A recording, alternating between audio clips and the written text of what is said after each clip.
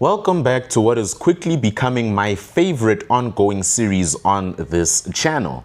Last time we covered the background, so the Dubai holiday, the 680,000 rand bill, the government supplier who paid it, the cash hand deliveries, the NPA deciding that there was nothing to see here regarding Fikile Mbalula and walking away. We'll see you at work tomorrow. Everybody prepare for April Fuels. Nothing to see here.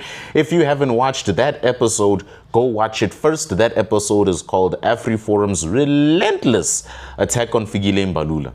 You must watch it first because number one, to understand this video, you'll have to watch that one. I mean, you still will understand it, but just watch that one. It's like a part one to a part two of a movie. And also because what I'm about to tell you builds on everything we established there.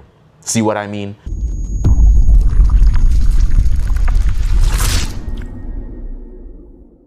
Since that video, things have escalated dramatically, hilariously as well, and the Secretary-General of the ANC is not having a good week, and we just started the week. So let's go. Before we begin with the video, please understand the type of content I make does not get sponsors. It is too real, it is too pointed, it's not scripted. I say whatever I want to say, and that is dangerous for corporate companies that just want to shove money up young influencers' asses. So if you'd like to support me in whatever I do, consider buying me a coffee. Link is in the description below. It keeps me going, keeps me independent, and it keeps me talking. Now let's get into it. On Tuesday, the 24th of March, Afriforum announced that they would be releasing a comprehensive document on Fikile Mbalula the following morning. A 21-page document. Whew. Imagine someone saying, I'm going to submit publicly a 21-page document on you with your biggest sins. Ooh, chill up your spine, huh? Epstein Files vibes. 21 pages compiled by Gerrie's private prosecution unit. So detailing allegations were there of fraud, money laundering, corruption, and I need you to stay with me here. Even alleged liaison with Hamas. Mbalula's lawyers immediately sent Afriforum a letter demanding they cancel the briefing, like the old man pointing a finger at the kids messing around. Unconditionally, immediately told Afriforum to stop it. The letter even warned that any media briefing premised on unfounded allegations amounted to defamation and the undermining of their client's character, their client being Fikile Mbalula. Afriforum read that letter. They considered it carefully. And you want to know what they did? They released the document anyway. At this point, Mbalula went on X because he's Fikile Mbalula, and this is where it becomes genuinely one of the greatest social media performances I have ever witnessed from a sitting senior politician who claims to be better than the people he insults. He called Afriforum big clowns. He said Gerrie, the prosecutor who put Oscar Pistorius behind bars, who ran the longest and most high-profile murder trial in South African recorded history, Mbalula said about that guy, oh, he doesn't even know what a dossier is. He told Afriforum supporters to follow the car guards to USA. This, of course, relating to the story, the fake story Mbalula made about car guards being the Afrikaner refugees. He posted, "Run, racists, run." He called Gerrie an apartheid-era prosecutor. I guess that makes me an apartheid spy. He said he would never cower. He told everyone he was not shaken.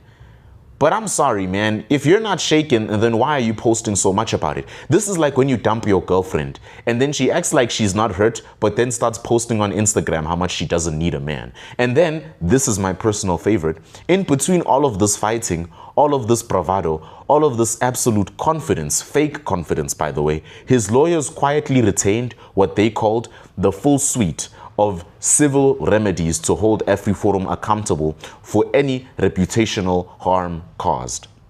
Not my words, theirs, the full suite of civil remedies. What big English.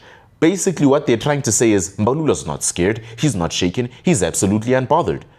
Even though he posts the most hilarious childish tweets on X, evidently showing this man is deeply touched by this. Also, his lawyers have prepared every possible legal option for when the unbothered man needs them. Again, it's so sad to watch, and it also is so hilarious to watch too.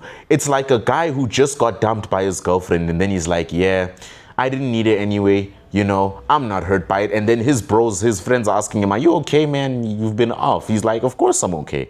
And then all of a sudden he goes online and posts about how women are snakes and how the word Satan has the same amount of letters as the word woman, and starts posting Andrew Tate clips or Sigma male edits. The dude is evidently hurt. Now let's talk about what's actually in the dossier, because that's what matters. 21 pages, submitted not just to the NPA, but to United States authorities with a specific request. Sanction Fikile Mbalula personally under the Global Magnitsky Act. Now, because you may not know what that is, I need to explain what the Magnitsky Act is, because it is important.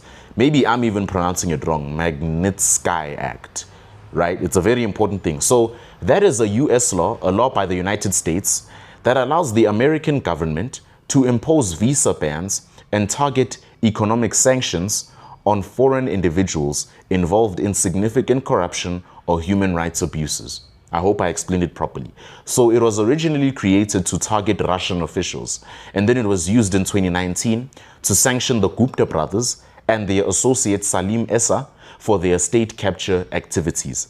Now, Afriforum is asking America to put Fikile Mbalula on the same list as the Guptas, to put him under that act, that Magnitsky Act. The Secretary-General of the ANC on the Gupta list, that's what they're asking for. Just let that sink in for a moment. That's how bad things have gotten. A member of the political party that runs our country, running into the ground, that runs our country, is now being asked to be put on the same list as the Guptas, people who ran this country to the ground, state capture personified. Afriforum's argument to Washington is elegant in its simplicity. Don't sanction all of South Africa for Mbalula's behavior. We don't all have to suffer for him.